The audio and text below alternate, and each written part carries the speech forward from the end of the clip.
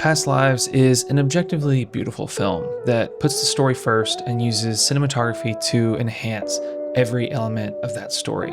Whether it's the way that the camera moves, or the compositions they choose, or the fact that it was shot on film, each decision made by the cinematographer is intentional and is designed solely to support the story.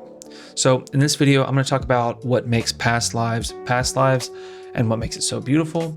And then at the end, I'm going to talk about some budget ways that you can achieve a similar look to Past Lives. Now, it's no secret that cinematographers love reflections, and you can see this in a ton of Roger Deakins' work as well, but you can also see it in Past Lives, as we consistently see Nora looking into a mirror, and it's used as a symbolic tool to show her inner reflection. Like, she's looking at that mirror, like really going through it in her mind, like really thinking through, well, obviously, the decision that she inevitably has to make. And while I think that there are reflections all over our world that we can naturally just overlook, using these reflections intentionally can create a really unique feel and, at the end of the day, enhance the story. And it also proves for just some really sick images. Like, this puddle reflection is just a perfect frame, and I don't know if it was planned, but it seems like one of those shots where you're on set, you're shooting the boards, and then all of a sudden you see a puddle that's like perfect, and you just point the camera down and snag that shot. So props to the cinematographer. Now, speaking of just pointing the camera and finding the shot very easily, something that I think is used incredibly well in this movie is the frame within a frame technique. And this technique is basically when you use an element that's already in your shot to create a simple frame around your subject. It draws the focus of the viewer to your subject, but it also can show that, like, your subject may be feeling a little trapped. And that's how it's used here in Past Lives. We can see that this is an intentional choice to show kind of this like element that, you know, our male main character, he can't get Nora out of his head. And so he is constantly trapped in almost this merry-go-round of being in love with her. And it can be as simple as some subway doors framing your subject. Like, you don't have to overthink this, but I think how this technique was used in Past Lives, honestly, it's just beautiful. I'm very much a fan of this movie, and I hope that this video doesn't sound too much of just like a hype piece on Past Lives, but it's one of my favorite movies I've seen in a very long time. Something that I didn't pick up on the first time I watched, but is a huge element of this story, is the way the camera moves, and in turn, the way the subjects move on camera. At the very end of the movie, if you haven't seen it, spoiler alert, our two main characters are walking along this street, and they're walking right to left. And I read an article that talked about how the director, who, by the way, this is her first feature to direct, so I'm gonna be glued to whatever she does next. But it talked about how the characters walking right to left was meant to signify the past, and left to right was meant to signify the future, in the same way that we read. And I thought that was such an interesting concept, because not only are the characters moving right to left, but the camera's moving with them. And then when Nora leaves, she's moving left to right to signal her direction for the future. And it's just such a crazy, like, thing to think about. And you can see this theme throughout the entire movie as well. I mean, at the very end, I think it's I don't want to mess up his name, but he is riding in a car, moving left to right. And it's like, that's such a brilliant technique. And yes, it is kind of led by the director. But as a cinematographer, I think that this is something you can keep in mind, because, like, you're inevitably the one that's going to create that motion with the camera. And even if your director maybe hasn't pointed you in that direction of, like, I want the camera to move right to left to signal the past, which is such a brilliant thing to think about, you can think about that as a cinematographer and use your camera movement to signify or symbolize parts of the story. But not all of the cinematography in Past Lives is symbolic. Some of it is just used for beautiful visuals, like the use of practicals. Practicals are so common in movies, and honestly, if you watch something that you feel is cinematic, there's probably a lamp in the background. I'm not saying that this is cinematic, but the lamp is intentional, okay? That's all I'm saying. So seeing just the beautiful use of practicals and that warm light that they produce, and how that warm light is accented by the light that the filmmakers used and added in, is just, it's so good. It's so crazy. I mean, the thing that is so beneficial about practicals in this film is that it gives the cinematographers a place or a motivation for the light that they want to put into the scene. And I think it's just perfect. It creates so much visual interest. But in the same vein of visual interest, I think a huge part of Past Lives and something that I think is kind of overlooked, honestly, is that the whole thing was shot on film. And it's not as common as it used to be, but I think it was very intentional for the cinematographer to shoot on film. Not only does it just create a more organic feel, but it allows you to give a more realistic feeling of time. I don't know if that makes sense, but there's something to it. It's like intangible. But when you shoot on film, I never have shot on film. I want to. But when you shoot on film, there's something undescribable about the image. And I think it's a lot of what makes this movie so freaking beautiful. And it gets me into like a minimalistic cinematography discussion, which probably is a bigger video.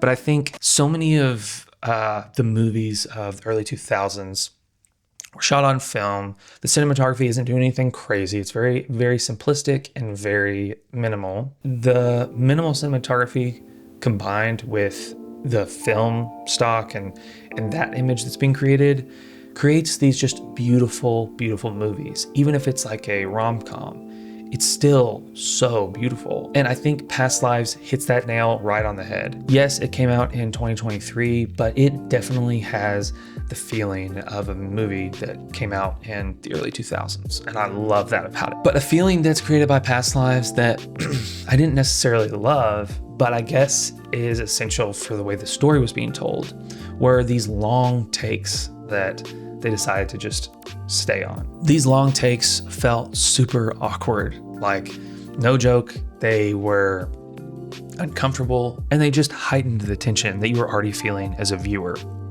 But I think that's intentional. And I love the choice from the cinematographer and director to just lean into these moments, to keep the camera rolling and let these moments play out while the characters just look at each other. I don't know. I think that because of those long takes, you're able to really start to feel what they're feeling. It's almost like you expect the cut to happen. And when it doesn't, you lean in and you wait. And then the tension rises and the tension rises even further. Long takes are, I think, a staple of this film. And one thing that I don't know if it's really a staple of this film, but it's kind of like a street photographer's approach to filming a movie. And I think that's a really interesting thought process to film a movie as if you're a street photographer. But the characters are consistently put up against just beautiful architecture. We see them in the same space as statues and different, I would say, landscapes, but more cityscapes. And it's such a beautiful technique. Like, yes, to film the character in that place without the cityscape around them would still be beautiful, but to put a beautiful statue behind them or put them around the statue or even put them in the city street in a certain way gives so much more visual interest. And I think it's almost like the visual aspects of this film are relief to the tension that the film's creating. Even though we're feeling all this tension internally, we're actually not experiencing that tension through the visuals. I think it is almost like a juxtaposition of the tension that the director's creating. And I love that approach. But let's say that you want to shoot a short film or a commercial that has some of the characteristics of Past Lives, and you also don't have the budget to shoot on film. What are you going to do? Well, I have a couple of ideas. And the first thing is probably simple to a lot of you, but if you want to shoot on film, but you don't have a film camera, then look into some different film emulation plugins or power grades. You've got the high budget options like Filmbox, Dehancer, slightly lower budget like Film Convert, or if you're in DaVinci Resolve, then you can work with power grades. And when it comes to power grades, Film Vision 2 by Sir, the Cineprint 16 and 35 series, and Film Unlimited are some of my favorites. But there's also F1 by Blaine Westrop, which I haven't tried yet, but it's still on my list, and a handful of other ones that you'll find when you start doing research. These power grades and the plugins I mentioned at the beginning are really capable things that can allow you to create a very filmic look. And so if you kind of shoot as if you're shooting on film and then grade with these power grades or plugins, you're going to create a similar filmic image. And it's something that I'm actually striving to do with my own cinematography, is like shoot like it's an early 2000s movie and then color grade as if it's actually film and see where that takes me. So maybe that's helpful to you, but it doesn't have to just be in the film emulation. You can also look to practicals to serve your story. And I think something that I really want to do but haven't started doing yet is going to thrift stores and Goodwills and just different antique stores like that sell stuff for very cheap, and picking up a handful of eclectic and unique lamps. By doing this, you can store them somewhere that's out of the way, but when you are about to go on a shoot and you know what the location looks like, you can grab a couple lamps to bring with you that kind of match the vibe of the location.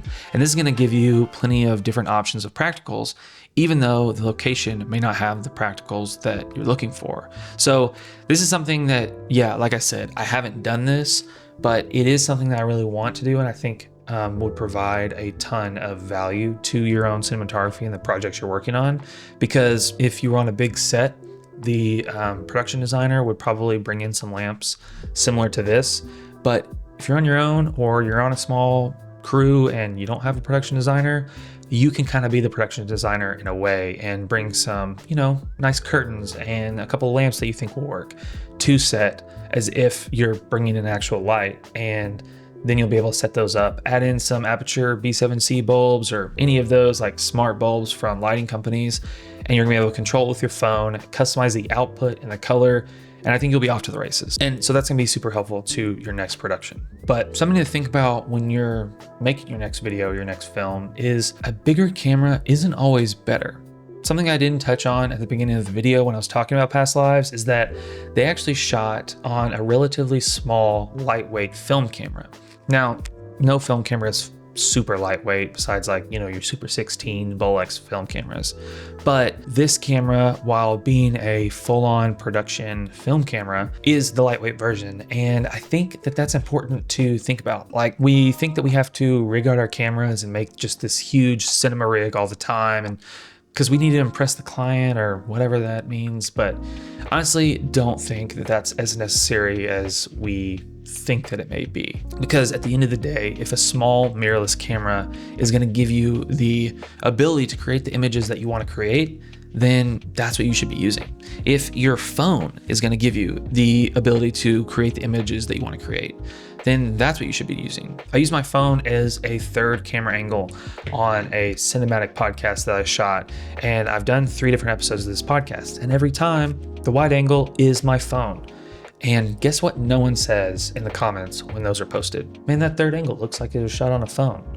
It just doesn't happen. And now, granted, I'm using an iPhone 15 Pro Max, so I have Apple Log and a lot of the other things that make the iPhone footage look less like iPhone footage. But I think my point is, don't get this idea in your head that you have to shoot on a big camera to create something beautiful. Sometimes a smaller camera is actually the better option, and I think it was very clearly the better option for Past Lives. But I don't want to get too far into the gear, because the biggest element of Past Lives that makes it so beautiful is how the cinematographer looks outside of the gear. He's looking outside of just the typical lighting and camera and lens things that we all obsess over. And he's looking at how his compositions and his camera movement and other things like that can actually create a beautiful image and ultimately tell the story that they're trying to tell. And I think as filmmakers, we can get way too focused on the gear, and the gear 100% matters. I love gear, but it's not the only thing that matters. And it's not the only thing that is important to tell a beautiful story and to get beautiful images. So look outside of the gear that you're using. Yeah, maybe you're shooting on an iPhone. Maybe you're shooting on an iPhone 10, but can you shoot in a way that makes that iPhone 10 look beautiful? I know most of you in your heads are thinking that's impossible, but imagine a Wes Anderson film shot with an iPhone 10. It's gonna be beautiful regardless, because the compositions are there. It's gonna have the Wes Anderson feel. It's just not gonna be like movie theater quality, but all of the visual elements that are already there are still gonna be there. But at the end of the day, when you're holding the camera, it's up to you to create the image that best fits the story and supports the story. And I think Past Lives does that perfectly. all the cinematography supports the story. And as I do more of these movie, TV breakdowns, you're gonna see that as a recurring theme, because I don't think cinematography is worth it if it doesn't support the story. Always think about how your cinematography can support the story. And if you wanna watch more of these breakdowns, you can check out the playlist here. And if you're interested in just me doing my thing, lighting a scene, you can check that out here. But thank you for watching. And if you found this video helpful, I would genuinely love it if you'd subscribe. But I'll see you next time.